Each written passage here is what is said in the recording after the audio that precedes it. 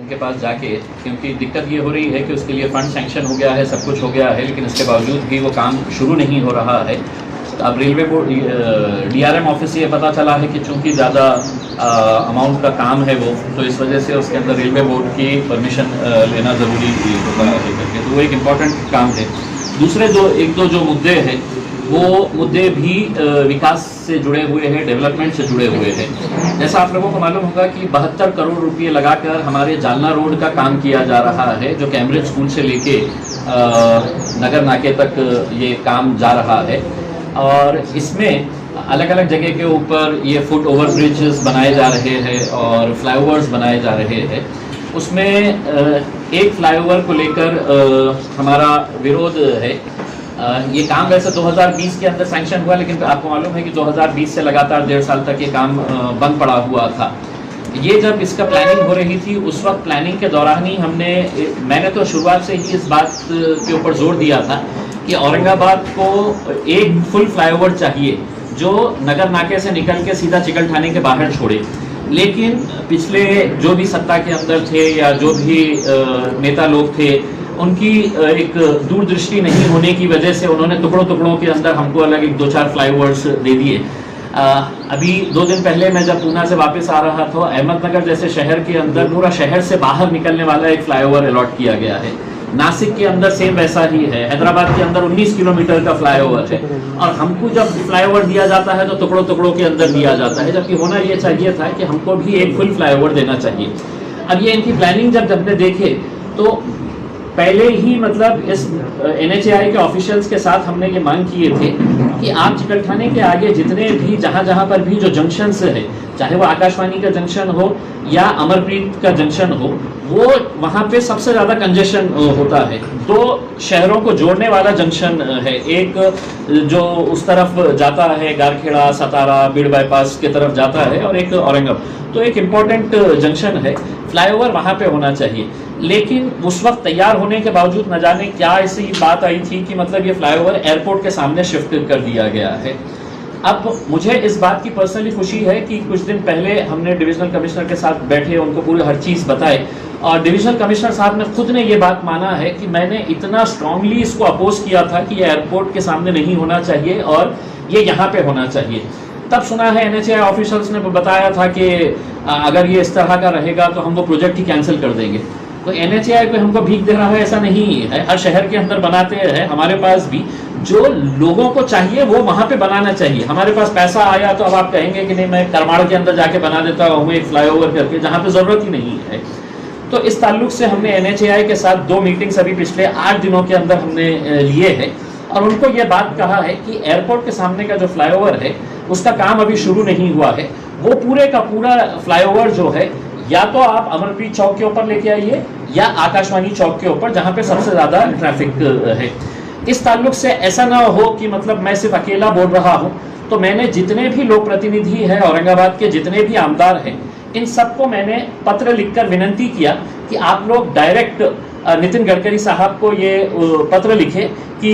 हमको फ्लाईओवर जो है औरंगाबाद की मांग ये है कि ये फ्लाईओवर यहाँ पे होना चाहिए। और मुझे खुशी इस बात की है कि तमाम राजनीतिक पार्टियों के तमाम आमदारों ने इसको सकारात्मक तरीके से एक पॉजिटिव वे में लेते हुए सभी ने ये तैयारी बताई है कि हम अपना अपना लेटर्स देंगे। अंबादास दानवे साहब ने कल ही है तो ये लेटर नितिन गडकरी साहब को फॉरवर्ड कर दिए है, उन्होंने उसकी एक कॉपी मुझे दिए है। प्रदीप जायसवाल साहब ने बोला है कि हाँ वहीं पे होना चाहिए, वो भी लेटर लिख रहे हैं। संजय सिरसाट साहब कल मुंबई में थे, उन्होंने कहा कि मैं आते ही वो लेटर फॉरवर्ड कर दूंगा। अतुल छावे साहब ने भी खुद ने ये कहा है कि मेरी भी यही मांग थी कि यहाँ पे भी होना चाहिए करके। लेकिन अब पता नहीं है ठेकेदार और NHAI वालों के बीच में क्या है कि मतलब वो फ्लाईओवर वहीं पे करना चाह रहे हैं करके, जबकि हमारी ये मांग है। और इसकी फिजिबिलिटी स्टडी हमने करवाई है,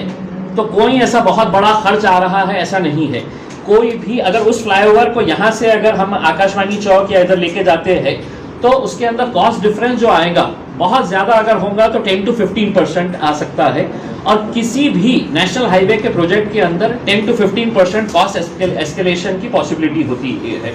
अब आप सिर्फ अगर ये बना देंगे तो आगे चल के तब हमारे को दूसरा फ्लाईओवर मिलेगा पता नहीं है। हमारी और औरंगाबाद के जनता की ये ख्वाहिश है कि अब ये अगर छोटे छोटे फ्लाईओवर जो हमारी गलतियां हैं, हमारी गलत नीतियों का नतीजा है कि हमको छोटे छोटे ऐसे पीसेस के अंदर फ्लाईओवर मिले हैं, उसको हम प्रेसिडेंट पार्क होटल या जो अभी लेमन ट्री होटल है वहां तक लाके छोड़ दें, उसके आगे कोई फ्लाईओवर ना बने। और उसके आगे हम नितिन गडकरी साहब को ये कहेंगे कि आगे चल के जितना भी इंडस्ट्रियल डेवलपमेंट होने वाला है वो शेंद्रा के अंदर होने वाला है और ऑरिक सिटी के अंदर। अगर आप लोग ऑरिक सिटी अगर देखे होंगे तो इंटरनेशनल स्टैंडर्ड की वहां पर फैसिलिटीज डेवलप की गई है।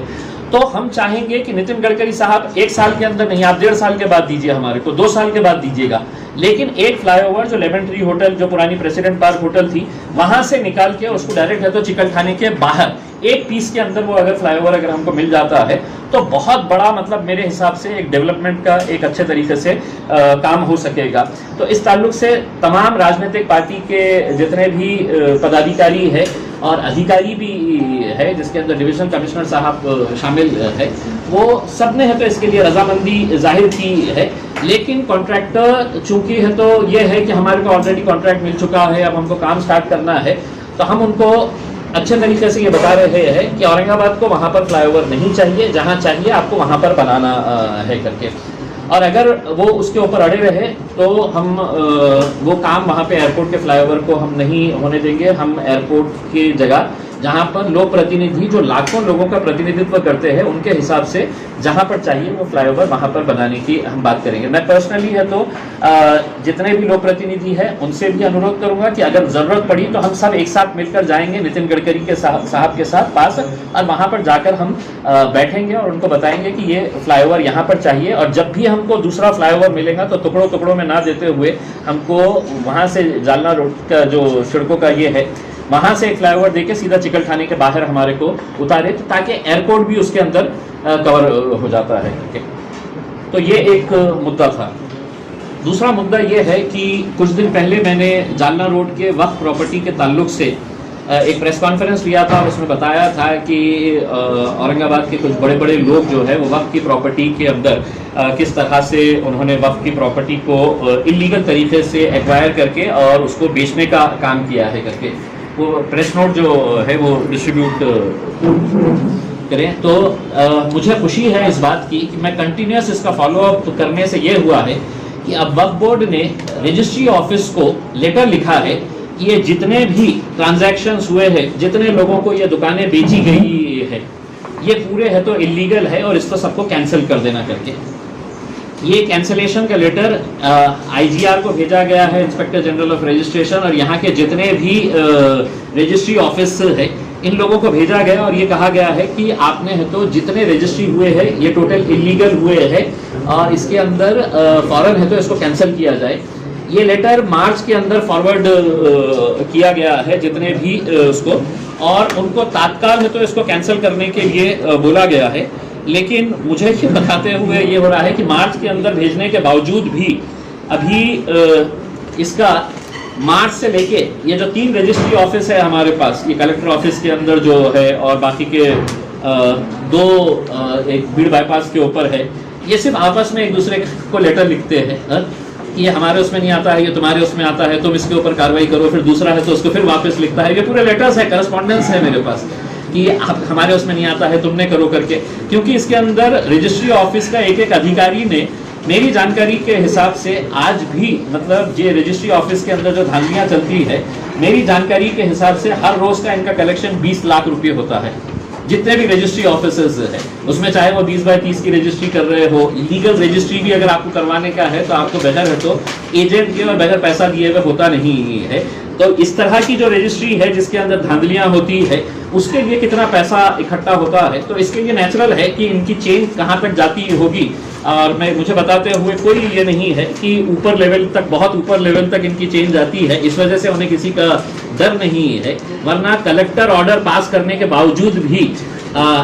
एक्शन नहीं होता है, कोई कार्रवाई नहीं होती है और कलेक्टर साहब भी उसके ऊपर खामोश बैठते हैं। तो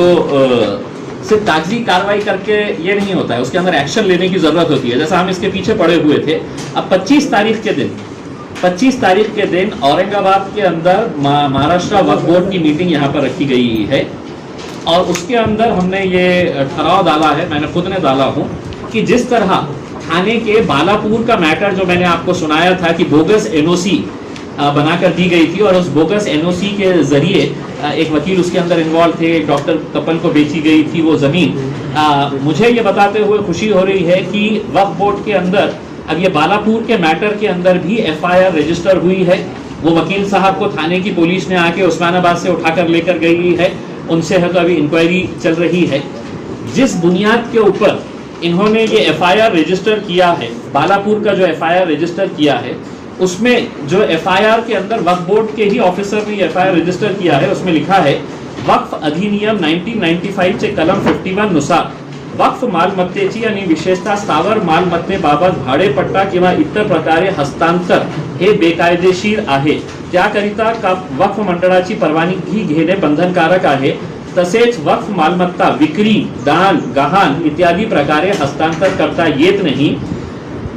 सदर मिळकत 11 महिन्यापेक्षा जास्त काळासाठी भाडेपट्ट्यावर देता येत नाही। वक्फ मालमत्ता हस्तांतर करण्याबाबत कायद्याने कायमचे प्रावधान केलेले आहे। ये एफआईआर रजिस्टर किया गया है और एफआईआर के अंदर अब जो नया कानून आया है,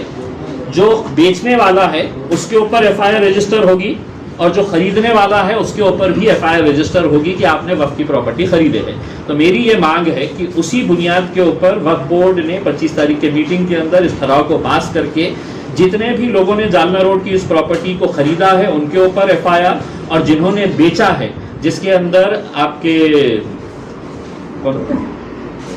वो सबसे पहले जो मुतवल्ली साहब है जिन्होंने ये समझा कि मेरी जागीर है ये मैं बेच दूंगा करके वो, और 3 जो धन्ना सेठ है जिसके अंदर राजू तनवानी साहब है, उसमें नहीं बाफना साहब है और क्या नाम बेटा तापड़िया, जुगल किशोर तापड़िया, ये तीनों के ऊपर भी रजिस्टर होना चाहिए एफआईआर। मैं पुलिस डिपार्टमेंट से अनुरोध करूंगा कि डीसीपी साहब ने इन लोगों को बुलाए हैं, इन लोगों से पूछताछ किए हैं, लेकिन ये तीनों ने है तो जितने भी लोगों को बुला है यही बताया है कि होता नहीं है, कुछ आराम से निकाल लेंगे करके उसमें हम इसी बुनियाद के ऊपर ये एफआईआर रजिस्टर करवाने की हम चाह रहे हैं, जो बालापुर के अंदर आपने लिखित तौर के ऊपर ये दिया है। तो ये 1-2-3 मुद्दे हैं। मैं चाहूँगा कि औरंगाबाद की जनता अब खामोश बैठ के फ्लाईओवर वहाँ पे बन रहा है तो बनने दो, मेरा क्या जाने वाला है करके, जब तक हम आगे नहीं आएंगे, लोग आगे नहीं आएंगे, तो हमारे को वैसा ही होना जैसा प्रिंट रॉवेल के अंदर हमारा फ्लाईओवर जो है वो क्रांति चौक की तरफ जाना चाहिए था। कोई वहां पे ज्ञानी नेता था, उसने बोला कि नहीं मेरे घर की तरफ जाता है, मैं अपने घर की तरफ ले लूंगा। अगर वहां पे अगर देखेंगे तो आज प्रिंट रॉवेल के फ्लाईओवर के ऊपर अगर दिन में से कितने गाड़ियां जाती है और क्रांति चौक की तरफ जो नगर नाके से आती है गाड़ियां वो कितनी जाती है। जरूरत क्या थी